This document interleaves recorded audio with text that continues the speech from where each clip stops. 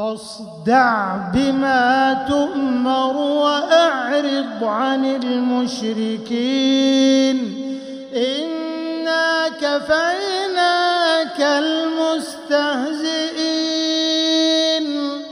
الذين يجعلون مع الله